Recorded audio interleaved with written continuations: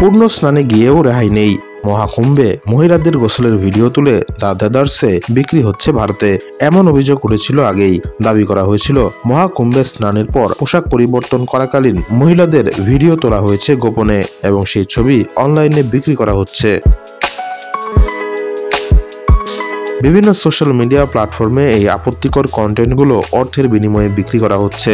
এবার মহাকুম্ভে ক্যাটরিনা কাইফের গোসলের ভিডিও নিয়ে ঘটল একই ঘটনা, যা নিয়ে সৃষ্টি হয়েছে চরম বিতর্কের। যারা অভিনেত্রীর গোসলের ভিডিও পোস্ট করেছে তাদের কড়া ভাষায় তীব্র আক্রমণ করেছেন ক্যাটরিনা ভক্তরা ও রাভিনা ট্যান্ডন।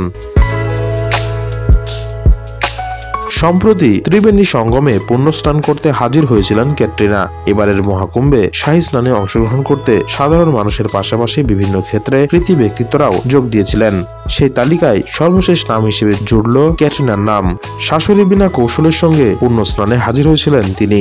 নায়িকার অমৃত স্নান দেখতে উপচে পড়ে ভিড়। নেটপাড়ায় ছড়িয়ে পড়া একটি ভিডিওতে দেখা যায় গোসলের সময় বলিউড নায়িকাকে চারপাশ থেকে ঘিরে রয়েছে স্বল্পবাস পুরুষরা। রীতিমতো আটকে উঠতে হয় সেই ভিডিও দেখে।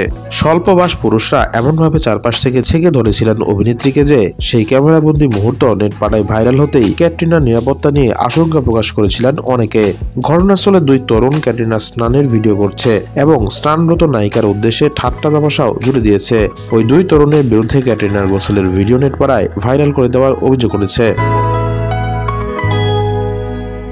ভিডিওতে তাদের বলতে শোনা যায়, এই যে আমি আর আমার ভাই, আর ওই দেখুন ক্যাটরিনা কাইফ। সেই ভিডিও নেটপাড়ায় ভাইরাল হতেই তেড়ে ফুঁড়ে উঠেছেন অভিনেত্রীর অনুরাগীরা। অনেকে কুরুচিকর এমন আচরণের জন্য ওই দুই তরুণকে কটাক্ষ করেছেন, পাশাপাশি তাদেরকে ক্ষমা চাইতে বলেছেন। আপত্তিকর এই ভিডিওটি চোখে পড়তেই গর্জে উঠেছেন অভিনেত্রী রাভিনা ট্যান্ডনও। তিনি বলেছেন, কি জঘন্য! এই ধরনের মানুষেরা সব জায়গায় গিয়ে পরিবেশ নষ্ট করে শান্তি ও সম্মানের 12টা বাজায়।